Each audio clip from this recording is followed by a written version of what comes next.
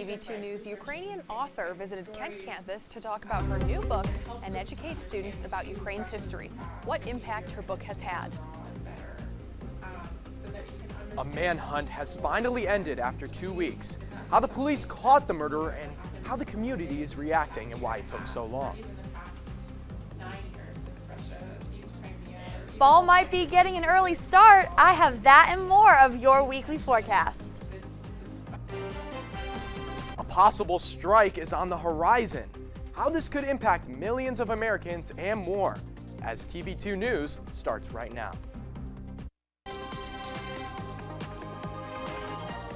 This is TV2 News.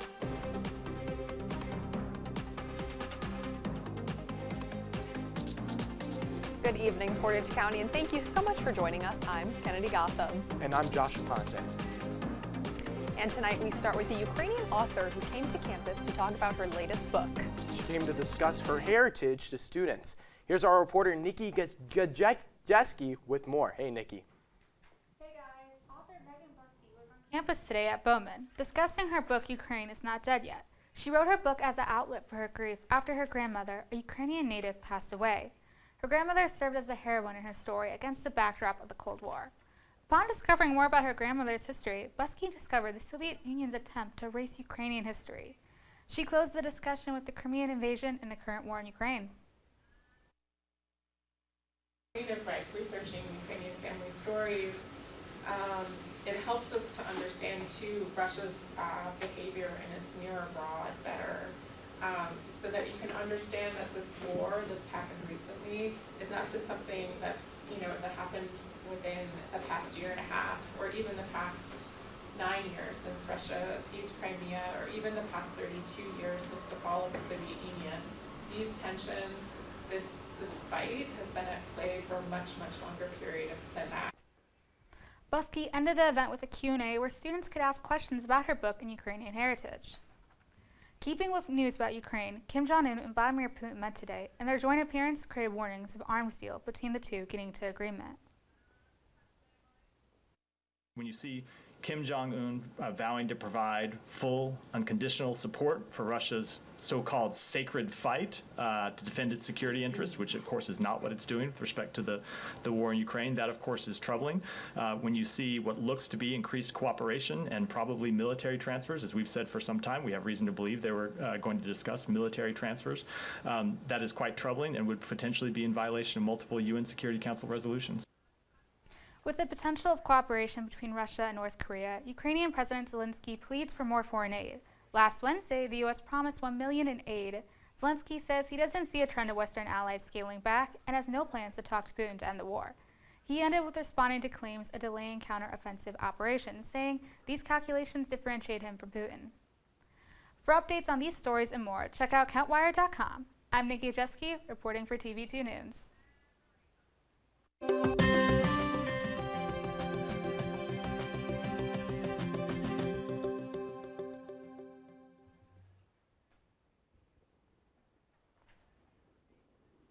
Good evening, Kent State and all of Portage County, and dare I say, happy fall, y'all. Today has been a cooler day compared to our recent heat wave, and the numbers here certainly back me up. Currently in Kent, Ohio, it is currently about 67 degrees with a dew point of about 51 degrees.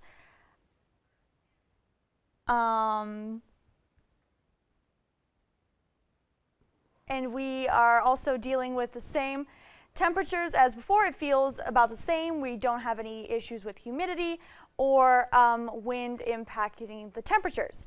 Tomorrow, it'll be a high of 69 degrees. It'll be generally sunny with a few afternoon clouds.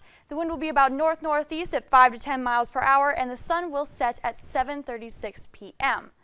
Moving forward into your day on campus, at about 8 a.m. it'll be 49 degrees and it'll be partly cloudy before that sun does come up. At 12 noon it'll be 64 and it'll be mostly cloudy, and 4 p.m. it'll only jump up to about 67 with those clouds still in the sky at that time. And that is all I have for now. Stay tuned for what else I have in store for your hump day forecast. Back to you guys over at the desk. After 20 heart procedures and 6 different pacemakers, 23-year-old Catherine Herman, a Kent State University grad, can finally enjoy the simple pleasures of life, like going on a walk each morning. For most people, this may seem like a routine thing, but for Herman, this is a miracle. After being diagnosed at just a few weeks old with Shone's disease, a condition that affects blood flow, the family was prepared for the worst. Now Herman takes walks daily and says it is important for her to make good use of her heart, like sharing her story. Some Cleveland students can expect free college tuition soon. Case Western Reserve President Dr. Eric Kaler announced that the school will be expanding its Cleveland Scholars Program. This would cover the full cost of attendance to all admitted graduates from the Cleveland Metropolitan School District and East Cleveland City Schools. The new scholarships will take effect starting in fall of 2024. And if you're hungry for some pizza with an 80s twist, then you're in luck. Geraci's Slice Shop just opened a new location in downtown Cleveland. After being located in Northeast Ohio for 60 years, the franchise decided to take on the land. The restaurant now features a fast casual setting where customers can order by the slice. Geraci's is open 7 days a week from 11 a.m. to midnight and 1 a.m. on the weekends. And we are well into the back-to-school season, and Ohio is going to be releasing grades for schools across the state. The grades are measured on a scale 1 through 5, and the numbers show how schools are preparing students for the future.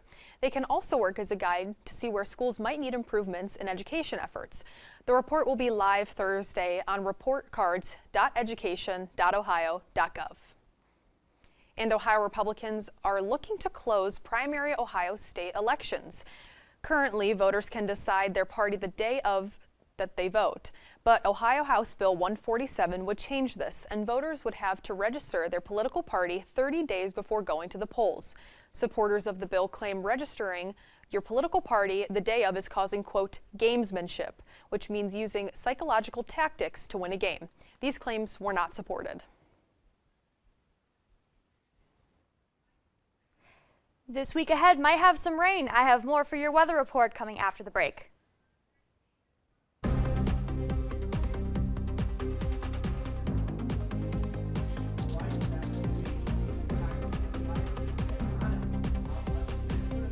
The entire country. Tomorrow's news leaders. Today's top stories. From an award-winning student newsroom. This is TV2 News, truly Portage County. The manhunt for convicted murderer Daniello Calavanti has ended after he was on the loose for a total of 14 days. Hundreds of officers across Pennsylvania were out on the look. They have Calavanti in custody after being found hiding in tall grass. A canine dog was able to subdue him. CNN's Lauren Aguirre has the story.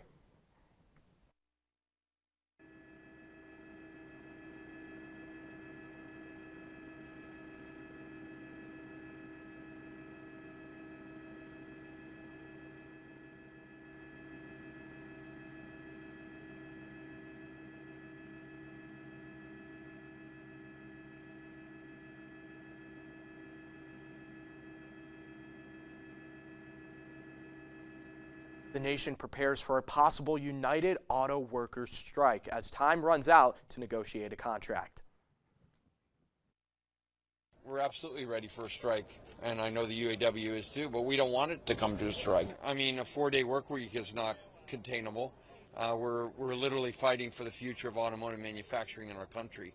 But we're optimistic we'll find a way forward. We have 48 hours to go. But we're not going to support a 4-day work week. The union is pushing for a 40% raise over 4 years, a return of traditional pension plans, and more.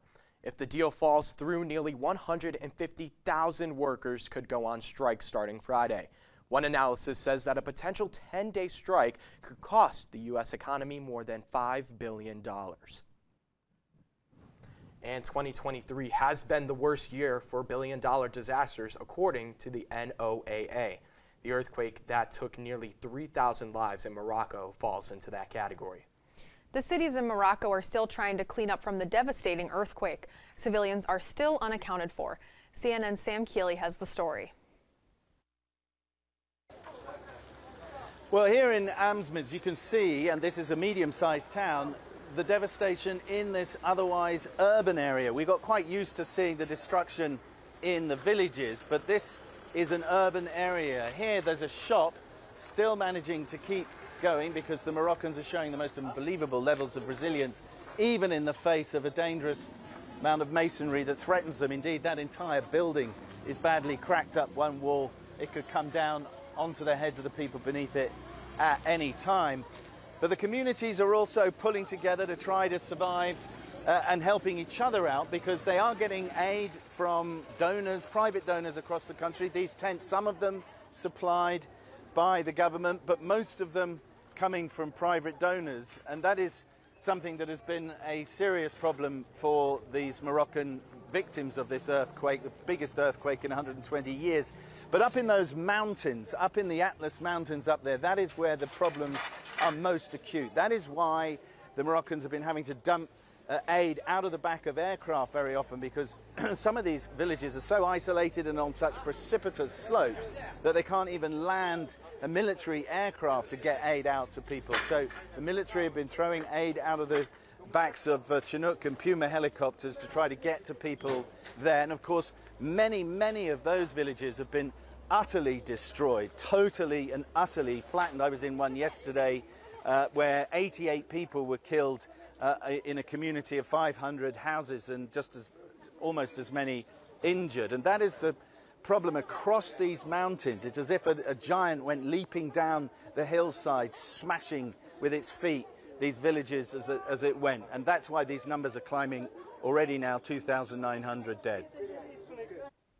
More than 30,000 people have been displaced in Libya's port city of Drina due to flooding caused by Tropical Storm Daniel. According to the United Nations International Organization of Migration, Drina is the most affected area as the storm caused, quote, major devastation. The IOM and partners are working to provide food and medical services and personnel to those in need in that area.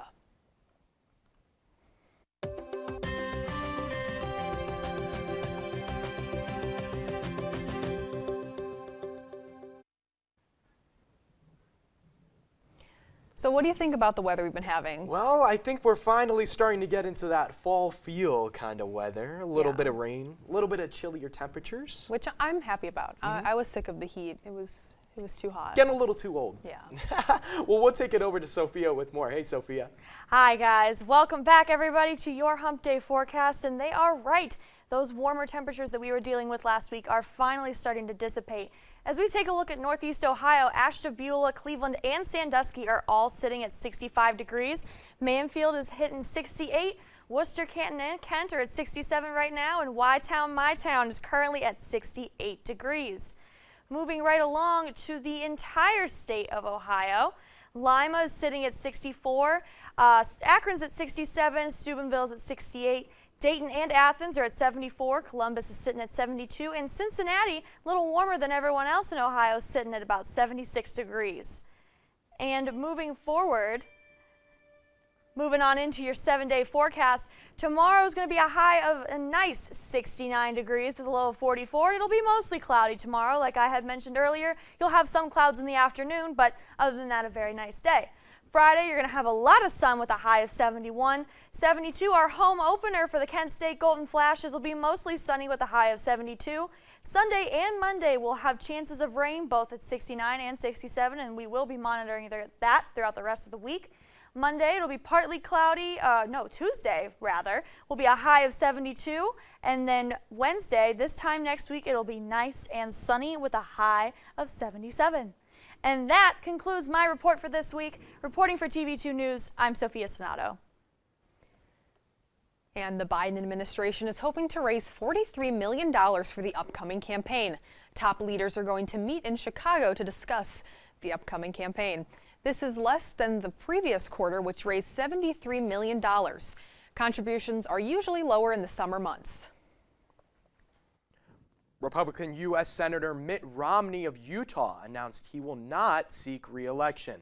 The 76-year-old former GOP presidential nominee said that if he served another term, he'd be in the Senate into his mid-80s. He called for a new generation of leaders and criticized both President Joe Biden and former President Donald Trump. His current term ends in January of 2025.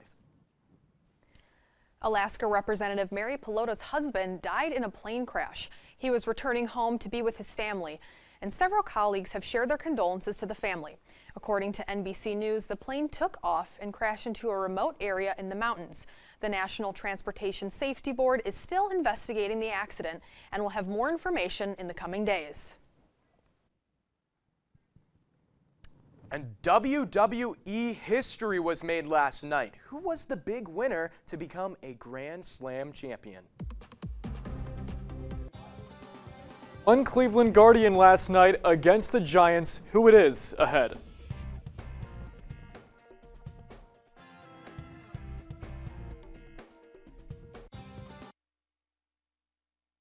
Sports Report.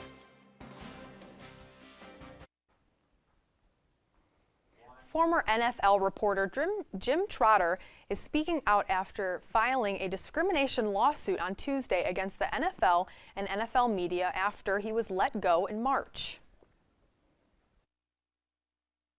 I believe I was let go because I challenged the NFL to live up to the standards that it says are important to it, that are core principles to the league in terms of diversity, equity, and inclusion.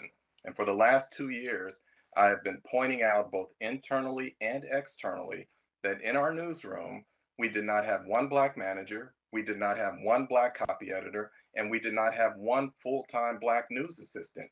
And yet, we were covering a player population by the league's data that is 60 to 70% Black. And so my issue was, how can we effectively and fairly cover this player population if they have no one at the table, the decision-making table, who shares the same cultural and life experiences that they have been through? This is a long pattern in terms of history of the NFL as it relates to race here. And I just believe that if I'm not willing to stand up and fight for this, then I have no reason to complain about what's going on. And history was broken Tuesday night for all of you WWE fans. Wrestler Becky Lynch defeated Tiffany Stratton to win the NXT Women's Championship. Lynch became the 6th WWE Women's Grand Slam champion, including her other accolades like 2 WWE Women's main titles, tag titles, and the NXT Women's Championship. Now, I don't know about you, Matt Corrali, but I'm not a big WWE guy. I don't follow it. You know, my favorite WWE wrestler, though, is LA Knight, 100%. Do you follow Kennedy?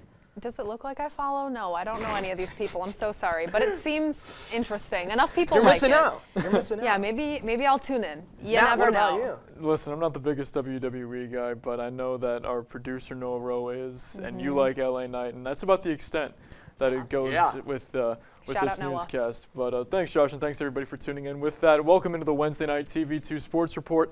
I'm Matt Corrali. We start with the Golden Flashes volleyball team as they will return to the area tomorrow. Kent State will be going to Cleveland to square off against the CSU Vikings before coming home on Friday to take on Youngstown State. They started their year with 9 invitational games and went 3-6 in that span. A couple of players to watch out for in the matchups are senior Bryn Roberts as she leads the team in digs and service aces, and sophomore Mackenzie McGuire as she leads Kent State in kills with 82. Let's go down south to Columbus as Ohio State head coach Ryan Day has named junior Kyle McCord the starting quarterback going forward. This comes after an offseason and 2 regular season games splitting time with redshirt freshman quarterback Devin Brown. Day made the decision after reviewing film of his play in Ohio State's 35-7 win over Youngstown State, where he threw for 258 yards and 3 touchdowns. The Buckeyes will take on Western Kentucky at the Horseshoe on Saturday. Let's go to a highlight. Guardians are in San Francisco taking on the Giants. We'll start in the top of the first. Cole Calhoun grounds one into a double play, or not.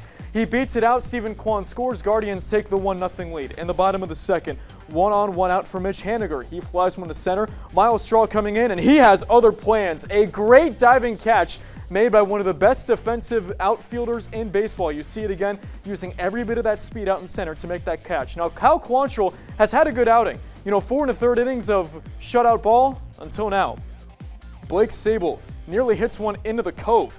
and we're tied at a running piece. Let's go to the next inning. Guards load the bases, and Ryan Walker, welcome to the game. He allows a 2-run single from Tyler Freeman on the first pitch he sees. That'll score Josh Naylor. That'll score David Fry. It's 3-1 Guardians, and in the ninth, Emmanuel Clase will come on facing Brandon Crawford, and with 2 down, he'll fly out to right center field. Will Brennan coming on. Ball game. You can put a tally in the win column for the Cleveland Guardians. They win 3-1, and Clase makes history. He is the 4th player in the history of the game to have back-to-back 40-plus save seasons before turning the age of 26. Cleveland will welcome the Texas Rangers for a 3-game series set on Friday. That will do it for us at Sports. For more TV2 Sports coverage, follow us across social media at TV2 KSU Sports. For TV2 Sports, I'm Matt Carali, saying wherever the ball flies in the air, TV2 Sports will be there. Good night. And Taylor Swift, reporter for Gannett News. Is that going to happen? Find out after the break. America's largest newspaper chain, Gannett, is hiring a reporter to cover everything Taylor Swift and nothing else. That reporter will be hired to write for USA Today and the Tennessean. Gannett wants a journalist who can capture the significance of the Grammy-winning, record-breaking star's musical legacy and cultural and economic influence. Well, time to go on a donut run. Today is National Cream-Filled Donut Day. Here's a fun fact.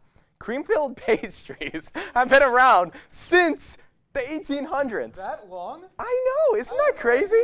That's a long time. I would have never guessed. I do love a good cream stick. Now, what is your guys' favorite years. cream-filled donut? Because I know there's like Boston cream. You could get ones with like chocolate cream in it. I don't know. I'll eat it if it's vegan. That's all I gotta say. That's very true. That's yeah, right. that's That's true. Candy's vegan, by the way. Well, I know we all love donuts, but that's all the time we have for tonight. And thank you so much for joining us. For updates on all these stories and more, visit our website at KentWire.com and our social media on all platforms at KentWire. I'm Kennedy Gotham. I'm Josh Aponte. I'm Sophia Sainato. And I'm Matt Carali. Have a great night, Portage County.